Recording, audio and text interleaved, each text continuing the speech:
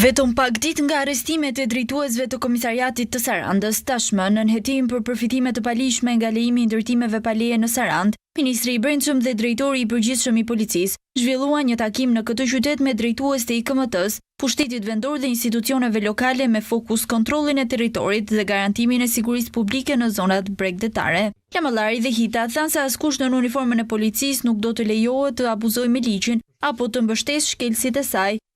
Përgjithsisht kjo u është dhënë për gjithë ata që e bëjnë punën me përkushtim e nuk pajtohen me aventura të tilla, vetëse përgëzime, por zero kompromis për këto tjetër. Është e papranueshme për mua si drejtori i përgjithshëm që një punonjës të bëhet pal me shkelësit e ligjit. Pra, kushdo që mban uniformën e policisë së shtetit duhet të jetë në anën e ligjit dhe të qytetarëve e jo në anën e palishmërisë. Kreu i Pluve, Skënder Hita, tha se policia ka barën kryesore në goditjen e palishmërisë, por ai kërkoi dhe bashkëpunimin e institucioneve të tjera për parandalimin e ndërtimeve pa leje. IMT-ja, Policia Bashkiake, IKMT-ja dhe të gjithë institucionet e tjera që operon dhe vepron në Sarandë dhe mëtej duhet bashkëpunojnë ngushtë për të parandaluar këtë palishmëri. Prandaj, secili prej këtyre institucioneve duhet të marrë iniciativa, duhet të jetë i vendosur dhe të ketë konstatim periodik ndaj çdo palishmërie, duke mos lënë hapësira për tolerim. Nga Saranda, qyteti që pret mira të huaj në plazhet e tij, Ministri i Brendshëm dhe drejtori i policisë së shtetit kërkuan bashkëpunim institucional, jo vetëm për parandalimin e ndërtimeve pa leje, por edhe për garantimin e rendit, sigurisë publike për qytetarët dhe turistët.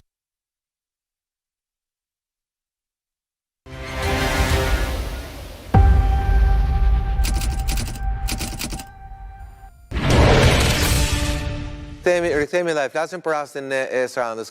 Karamuço, një tjetër rast i rënd, paktën deri tani, një shef komisariati që prangoset nga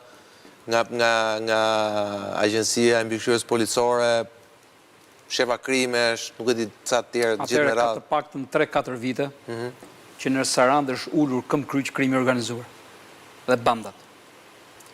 Janë banda dhe krim organizuar, organizata shumë të rrezikshme, që kanë bërë atentate nga veriu deri në jug.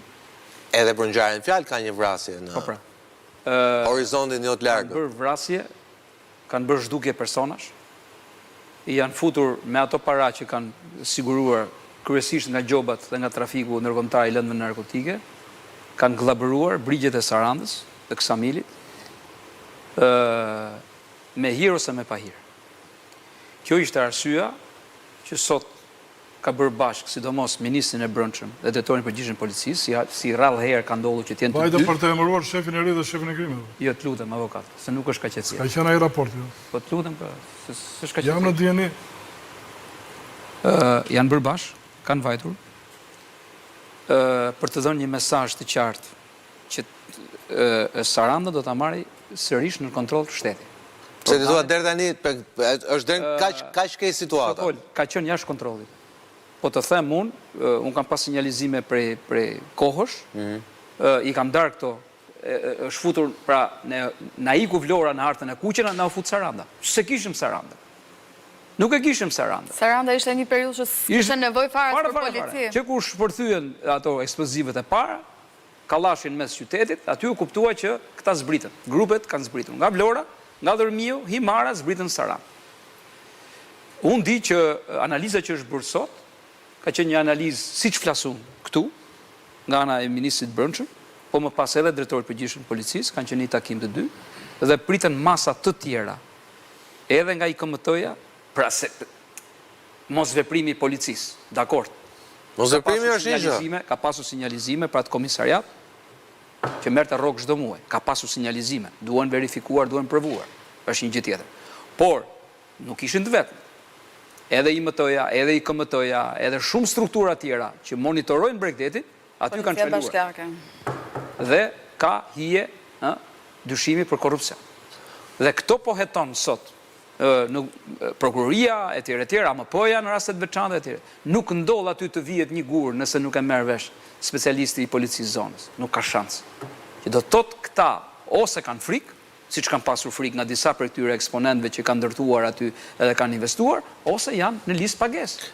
Etleva, sot gjykata e ka lënë në burg këtë me afat 30 ditë. Dhe me afat 30 ditë edhe drejtuese e policisë. Megjithatë, aty në origjinë ka një vrasje apo jo?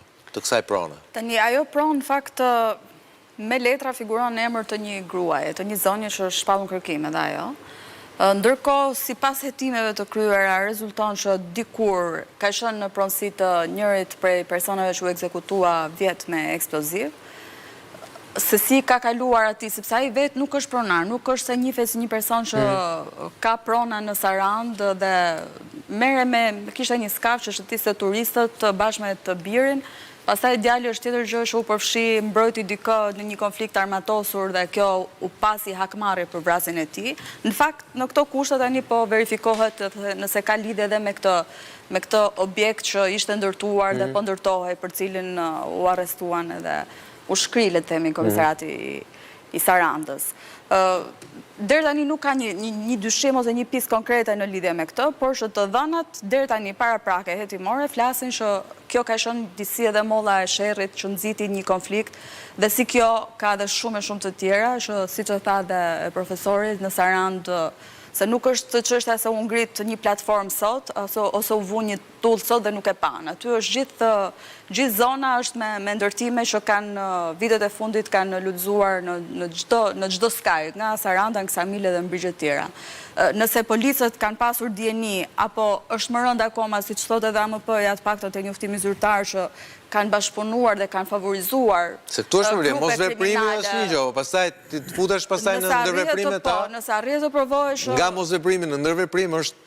Kjo është pjesa më e rëndë, pastaj nëse ata nuk e kanë parë, kjo nuk është vetëm punë e policisë, sepse është dhe IMT-ja, është IKMT-ja dhe është një zinxhir institucionesh që duhet të parandalojnë. Por pastaj varet edhe nga hetime se çfarë do dali dhe sa të përfshirë mund të jenë në këtë histori, të paktën siç pretendon Agjencia Mbikëqyrjes Policore. Në kote ti avokati ke dieni të kësaj çështje. Patjetër, po thoj 100% të rast. Çaja, i avokati palës. Jam personi biles që nxora edhe vendimet që kanë nxjerr që nga 99-ta, Bashkia Sarand, i kanë nxjerr komplet edhe sheshin e ndërtimit, po, që si janë përcaktuar kriteret, edhe Këshilli i Ministrave, Këshilli Kombëtar i Territorit dhe Ujit, që kanë nxjerr një leje për atë zonë. Këtu nuk flitet për këtë fare, këtu flitet se ju bë kurban, të garantojnë, e di pse. Shefi komisariat. Po, lere çfarë thonë se këtu tani në shpikim gjëra, që autoriteti mbikëqyrjes policore ka një muaj që jeton atje, dhe sot çuditërisht në dosje nuk kisha asnjë fije letër, akuzohet për 2 vepra penale, 248 në shpërdorimin dhe pjesën e 251-shit që mos përgjigja ndaj tjera që nuk kanë lidhje me institucionin. Pra, në këto raste, ai me territorin duhet të merrej direkt vetë prokuroria apo tjera kush mund të bënde një kallëzim, të merrej me bashkin. Pse sa arreston ai inspektoriatin, drejtorin e bashkisë, atë të policisë bashkiake? Pse sa arreston të IMT-s? Pse sa arreston drejtorin rajonal të IKMT-s? Po merret e struktura e fundit. Ai s'ka asnjë njoftim për këto raste që është thënë që ka njoftim. Ku ishte në dosje sot? S'ka pas fare. Po jo tani ne do japim 30 ditor që të shikojmë se mund të na mblidhet në një provë që mund të dyshojmë ne. Ati i prishin karrierën, i prishin jetën, ai ka një nënt smur. S'mund të merren vendime sot edhe të dalim me vendime të tilla drejtoria e përgjithshme e policisë apo drejtori që neve do t'i largojmë. Po sigurisht ai do largohet sepse i prish punë në Sarandë atyre, sepse Saranda është një vend turistik, është një vend ekonomik, dhe është lufta për territor atje shumë e keq. Tash një sekond, tash se çapo i prish punë nuk e di fare, unë me asaj shohu Saranda. As edhe një lidhje nuk ka ky zotëri. E vetëm gjë ky zotëri është larguar, pse e vendosi Ilir Proda. Kaq, ka ky. Se dhe këto gjëra që po ndodhin në policinë e shtetit sot, sa vjen këto gjëra që po ndodhin sot në policinë e shtetit, që sa vjen një drejtor dhe bëhet rotacion. Po bëhet rotacion, po s'ka pse të arrestohet i shef komisariatit se ka vënë Ilir Proda. Ti të ndryshosh një në 3 muaj, sa vjen një drejtor të ndryshosh drejtuesin. Po tani po ta thotë Evas, po ashtu duhet të arrestoj një 30-40 drejtues komisariatesh. Shefa komisariatesh, po s'është arrestuar njëri deri më sot pse ka emëruar Ilir Proda aty. Nuk ka, shiko, edhe njëherë. Dhe unë nuk besoj që këtu problemi është ajo godina aty që është ndërtuar. Si është godina? Nuk besoj që është problemi aty. Problemi është thellë se kaq. Problemi është që ky u bë kurban nga pushteti lokal, nga mafia e pushtetit lokal atje, që zotron dhe kërkon territori, nuk bashkëpunon. Ky se një fara ato. Se ka afruar asnjë. Shiko tani që lidhet caktuara në unë nuk po flas për personin konkret. Për të dhënë vendim. 5 orë, lidhet dytari për të dhënë vendim. Edhe jem në ora 4 vendim. Nuk besoj që një komisariat i tërë, se shumë persona që mund të jenë arrestuar dhe janë shpallur arrestimet palishme në jo këtë vit, po flas për edhe vetë gjykata e quajtit paligjshëm arrestimin. Janë bërë për të hequr qafe grupet e kriminale, rivalet e tyre që kishin. Po mos të skandale më. Po si çeka si tot paligjshëm dhe po te pak. Do ta jap punë paguën e vendimit. Do ta jap punë. Edhe flasim. Karamuço, ç'a po thoj se avokat, tani ne dim ç'a po ndodh me policinë e shtetit. Shiko, po nuk mund bëjmë kurban oficeri policisë shtetit. Tash i fundit që mund të arrestohet. Vetëm në Shqipëri jepet ky motiv. Sepse ai prezumohet i pafajshëm. Por, jo, unë nuk i vë gishtin të nuk po i vë gishtin i shefit komisariatit. Unë në pozicion tjetër, ti në pozicion tjetër. Po flasim për një gjë parimore. Në qytetet e vogla, duam apo s'duam ne, fjala, lajmi për abuzime shkon më shpejt, qarkullon më shpejt se sa në qytetet e mëdha. Dhe të them unë, se unë shkoj me pushime çdo vit në Saran. Të thonë me emra me mbi emra, sa merr këtë ky dyqan, sa e paguan ky, sa është leja për këtë, sa është ajo për këtë, ti japin menun e çmimeve çdo vit. Tani, në gjithë të katrahur kaq të madhe që unë e përmenda në fillim, rol ka edhe policia për të garantuar rendin dhe sigurinë, sigurisht disiplinimin e gjithsej që po ndodh, krahas institucioneve tjera. Më fal, çfarë është kjo të bësh ti në mes të Sarandës, gjithë nuk po flas për rastin konkret. Se kemi pasur edhe disa të tjera aty, që janë vrarë njerëz për ato. Ti e mban? Pra policia, më fal. Policia kur vriten njerëz nuk ka më IMT aty avokat. Atëre, nëse ti vë një gur dhe merr një kundravajtje, qoftë edhe penale, administrative, tjetër është një gjë. Po kur ti ngre një strukturë të tërë në konflikt të hapur me persona dhe grupe të tjera, dhe fillon e peng samit çfarë ndodhi, shpërtimet që bëhen, të gjitha janë për këto lloj gjërash. Të gjitha gjërat që cënojnë rendin dhe sigurinë në Sarandë, që janë vrarë njerëz, janë hedhur makina, hotele, gjithçka, janë zhdukur njerëz, të gjitha bëhen për këto. Dhe ky është momenti, është i vonuar, do të ishte bërë përpara. Ky është momenti që shteti, i pari ministri Brendshëm, i dytë drejtori i përgjithshëm, edhe do shikosh edhe ndihmë se çfarë do ndodhi, shkojnë aty dhe thonë, mjaft më, boll. Boll, vërtet. Boll, mjaft tani. Ne s'kam vajtur për këtë farë. Mirë, Mirë, dakor. Jo, një sekond, lutem, avokat, se ne jemi në minutat e fundit. Ndoshta i dedikojmë një program vetë çështës, nëse çështja do ketë zhvillime të tjera. Ç'a po ndodh me policinë? Pra le të themi, përveç faktit që ndrohen drejtorët dhe ikin. Unë besoj që zoti Ida ka futur një tjetër frym. Edhe unë besoj këtë. Edhe unë shoh që ka futur një tjetër, diçka ka ndryshuar, drejtorët më parëshëm s'ndodhte asgjë. Me këtë aktualin, po nuk e di sa optimist duhet jemi se diçka mund ndryshoj. Pasi duket që e keqja ka hyrë shumë thellë, dhe është përhapur. Policia është ajo e cila etiketohet, ngjyroset, ajo që merr gjithë barrën, sepse është ajo që është në uniform dhe është ajo që është e drejtë për drejtë. Vizibiliteti i shtetit, po. Po.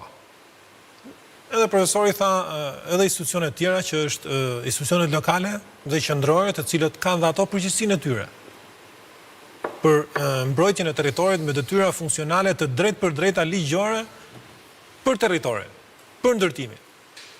Dhe besoj që do japin shpjegime përballë autoriteteve mbi punën e bërë për mbrojtjen e këtij territori dhe me gjë.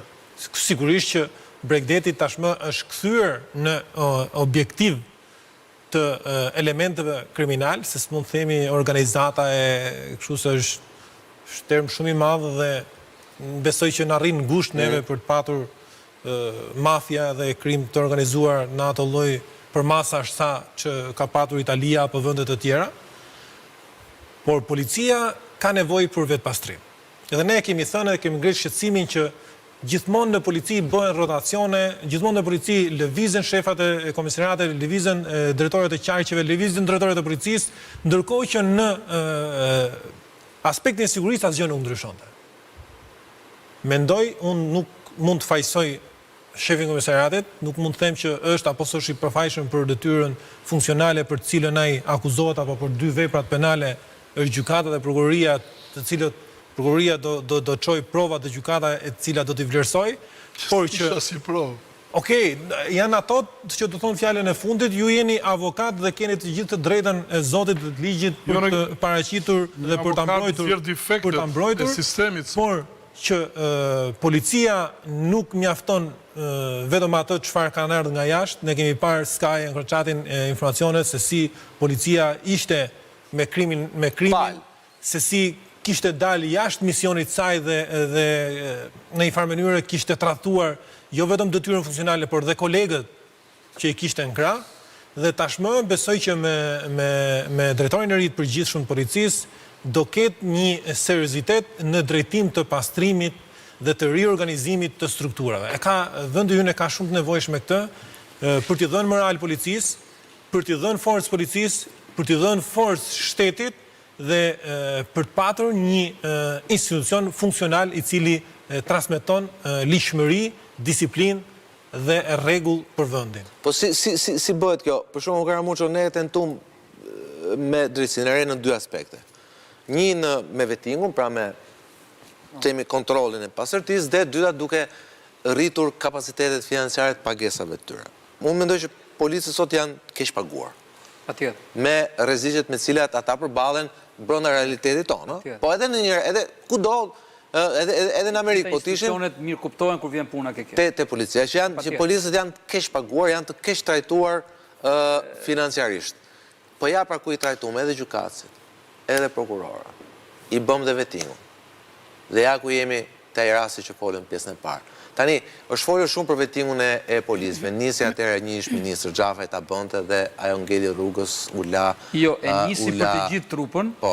Pastaj me ndryshimet që u bën në ligj, u la vetëm për një pjesë të trupës, për nivele drejtuese. Dhe disa nga këta, pra grupe, këtë punë tani e bën AMP-ja. Agjencia e Mbikëqyrjes Policore. Ti është si zgjidhet kjo çështje? Tani problemi nuk qëndron tek vettingu, se tani u bë si po ne e pam me vettingun, se vettingun e gjykatës prokurorë na dështojnë me thënë vërtet. Te kontrolli i vazhdueshëm në vimësi. Nuk është problemi ti ke kaluar vettingun, se kam parë unë ca policë kanë kaluar vettingun, edhe tani nuk ti numërosh pasuritë që i kanë vënë emrin e tjerë. Pas vettingut. Pas vettingut. Po. E diti që shumica e policëve të niveleve të lartë që ikin shndrohen biznesmen. Çfarë do të thotë kjo? Që si ke kontrolluar. Si ke mbajtur monitorim gjithkohë. Këtë detyrë ka. Këtë detyrë ka dhe vetë drejtoria e përgjithshme e policisë shtetit. Patjetër. Kemi raste të policive të tjera europiane që shikon një orë të shtrenjtë fillon flamuri kuq. Po gjithë orën ti. Sa e ke rrogën? Jo, ajo të fillon nuk është nevoja të presësh vettingun ti mbas 5 vjetëve, a 10 vjetëve prapë. Jo, absolutisht. Një nga detyrat funksionale që ka policia e shtetit dhe AMP-ja. Po, AMP-ja është ajo e cila e ruan policinë mos devijon. Tani, unë di që ka një ide të mirë për rritjen e pagave prapë etjere, kjo krahas shumë gjërave tjera. Për shembull, ne kemi një problem që e kemi ngritur edhe në Ministrinë e Brendshme. Nuk mund t'i japësh ti dot 25.000 lek ushqim në ditë dhe 30.000 lek banes policëve që transferon nga Berati i çonën në Sarandë gjatë kohës verës për trup të gatshme. Ku do gjeje 30.000 lek për të banuar? Sidomos sezon e verës. Sidomos sezon e verës. Shuar VKM-ja urgjentisht. Që ti, sepse kam parë policë, kam parë këto të shqiponjave që i marrin nga qytetet e tjera, në një cep benzinate hanin nga një byrek. S'kemi profesor, nuk nga del, dhe kam të drejtë. Policia e shtetit është diskriminuar. Dhe kam të drejtë, por krahas... Që pastaj kur vjen pjata me karkalesa do ashta pastaj. Kjo ashtë. Dhe kjo pastaj shikon në një drejtim tjetër. Dhe lufta bëhet më e vështirë për korrupsionin pastaj. Sepse këta gjithkohon janë çka ka ndonjë gjë tjetër. Se nuk e dalin dot. A është zgjidhje pa i vetëm ana financiare? Orët jashtë orarit e kjo e ajo shumë gjëra. A është apo është nisje e mirë, po pa mjafton? Unë mendoj që ana financiare është nisje e mirë. Është nisje e mirë sepse rrit ambicjen e të rinjve për të bërë pjesë e strukturave të policisë.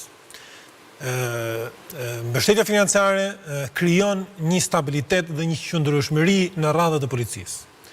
Krijon një barrierë për të mos u bërë pre e korrupsionit. Si korruptohet një punojës policie? Një punojësit policie nuk i shkon me një herë $100,000. Një punojës policie fillon korruptohet me një bakshisht vogël, me një drek.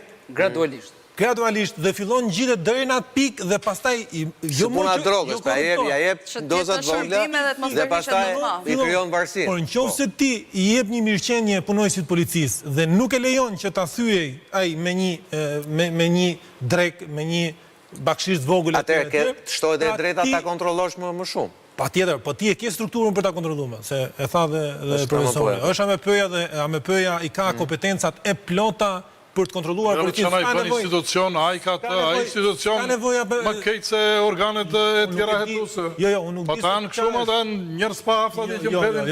Edhe hetojnë dhe i vënë në siklet punonjësit e policisë, nuk është. Ai ndoshta mund të pësoj reformim, por jo kështu. Ne kemi mekanizmin për ta mbajtur policinë e kontrolluar nëpërmjet agjencisë mbikëqyrjes policore. Ne e kemi bazën e shëndosh të policisë, ne vetëm duhet i mbështesim, ne nuk duhet i lejojmë ato që shkojnë me një dietë 55.000 lekë të vjetra dhe të kryejnë shërbim 24 orë, sepse kur shkon atje, ai është larg familjes, ai është në detyrë 24 orë. Pra ka shumë probleme dhe shumë ngarkesa që ti nuk ja mbulon dot me atë shpërblim që i jep. Patjetër që mendoj që paga financiare edhe rroga duhet rishikohet, sepse është një institucion për cilin vendi ka shumë nevojë sot. Dhe besoj që mbas nevojave që paraqiten duhet parë dhe projeksioni i rritjeve të pagave. Faik Basha, faleminderit. Edmond Peta, avokat, faleminderit Etleva. Karamuço, kënaqësi si gjithmonë. Risore kthehet nesër në orën 8. Deri atëherë nga Sokol Balla, natë mirë.